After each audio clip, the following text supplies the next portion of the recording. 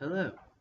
Today, our project focuses on pressure-dependent permeability. Our presentation goes over what is pressure-dependent permeability, when and why pressure-dependent permeability is important, a few correlations such as relative permeability versus pressure, an example of the effects on estimated ultimate recovery, an experiment overview, a few results, and finally, a conclusion. Our presentation goes over what is pressure-dependent permeability, when and why pressure-dependent permeability is important, a few correlations such as relative permeability versus pressure, a few examples of effects on estimated ultimate recovery, an experiment overview, some results, and finally, a conclusion. The following definitions will be used throughout the presentation and will help in understanding the topic. Pressure-dependent permeability is the decrease of permeability caused by compaction. Permeability is the ability of a rock to conduct fluid through interconnected pore space and is directly proportional to our production rates. Compaction is the collapse of pore space as pore pressure decreases and the effects of overburden pressure are increased. Pore pressure begins declining when the well is put on production and continues to decrease with cumulative production. The graphic on the right shows increasing effects of compaction. Each stage's permeability is significantly reduced. Overburden pressure is the pressure exerted on the formation from the weight of the overlying rock. Pore pressure is the pressure inside of the pore space. Relative permeability is a term used in multi-phase flow and is a dimensionless measure of the effective perm of that particular phase. Reduction of permeability leads to reduced EURs, which makes it important to understand how permeability is affected by pressures and how to accurately measure EUR. These accurate estimates are made possible by correlations. Each reservoir is unique and will have slightly different effects, but generally speaking, in conventional, normally pressured reservoirs, rate transient analysis can safely assume permeability to be constant. In conventional, overpressured reservoirs, permeability must be considered pressure dependent to avoid underestimated EURs. Unconventional reservoirs must always consider permeability as a pressure dependent variable. This is because of the much lower permeabilities in these reservoirs. In unconventional, overpressured reservoirs, the effects of pressure-dependent permeability will be the greatest. An overpressured reservoir is any reservoir with a pressure gradient higher than the expected gradient for that geographical area. The expected gradient is generally considered 0.433 psi per feet. This graph shows the relationship between relative permeability and overburden pressure. The x-axis represents overburden pressure ranging from 0 to 20,000 psi, and the y-axis represents relative permeability ranging from 0 to 1. This graph shows that permeability decreases with increasing overburden pressure. The curves transition from the highest permeability, conventional core, at the top to the lowest permeability, unconventional core, at the bottom. This graph clearly shows that as permeability decreases, the cores become more sensitive to changes in pressure. For example, at 8,000 psi, the conventional top curve has a reduced permeability of about 10%, while the unconventional bottom curve has a reduced permeability of almost 80%. This plot is based off of a simulation done in the Haynesville Shale. It has a y-axis of relative permeability ranging from 0 to 1 and an x-axis of pore pressure ranging from 0 to 10,000 psi. The graph shows that permeability exponentially increases as pore pressure increases. This is a plot of a flowing material balance which is used to estimate reserves. The simulation was produced from the overpressured Haynesville Shale. It has a y-axis of P over Z ranging from 0 to 800 psi, and an x-axis of normalized gas production ranging from 0 to 1.7 billion cubic feet.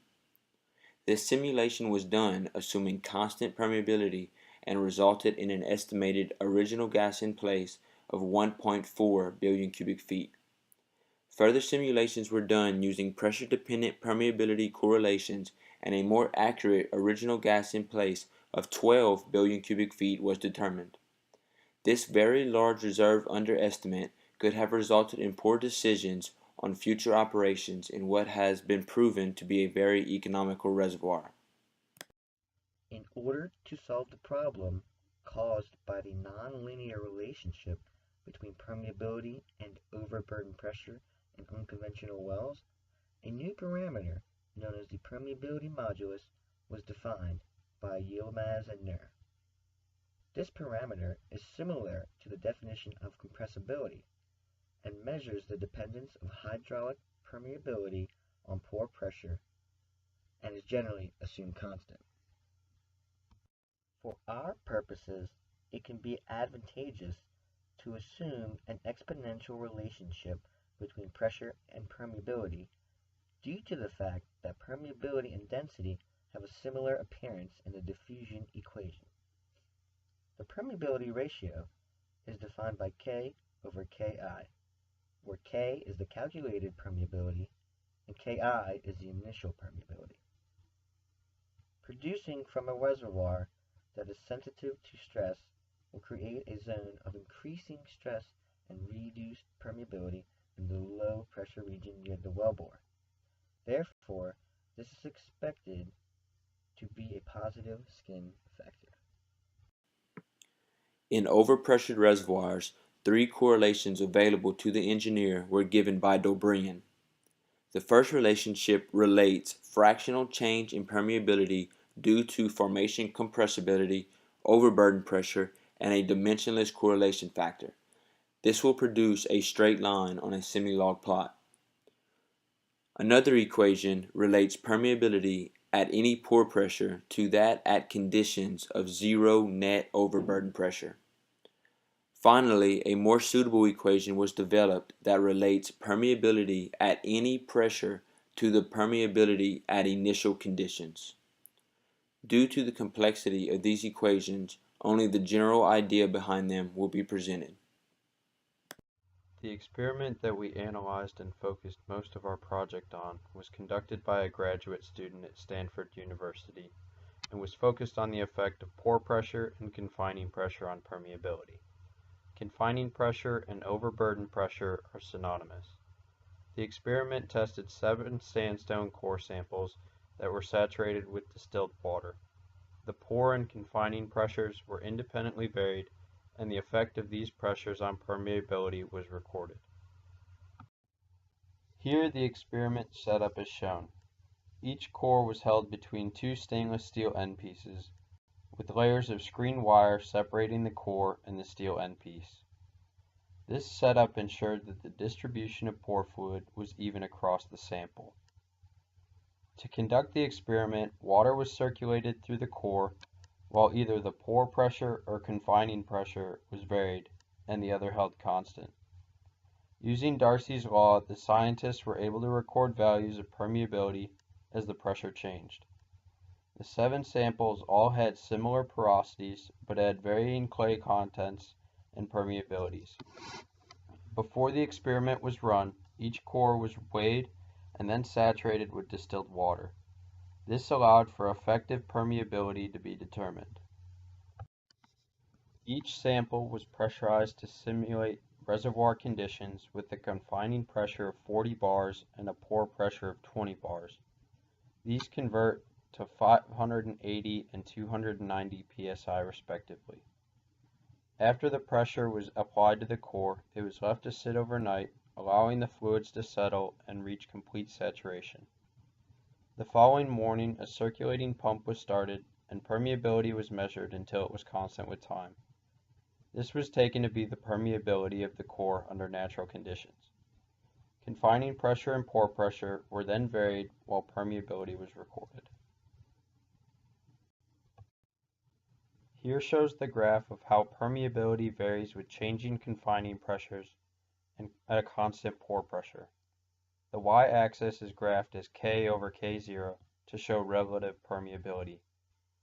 Each visible line is the linear fit line of the data recorded from each sample. It is clear to see that an increase in confining pressure causes a linear decrease in relative permeability. The graph shown here displays the relationship between permeability and pore pressure. Unlike confining pressure, there is a positive linear relationship between pore pressure and relative permeability. Again, the lines represent the linear fit of the data from each core. The results ultimately show that pore pressure is 7 times more effective at changing permeability than confining pressure. To wrap it up, if pressure-dependent permeability is not accounted for, we will greatly underestimate the estimate ultimate recovery.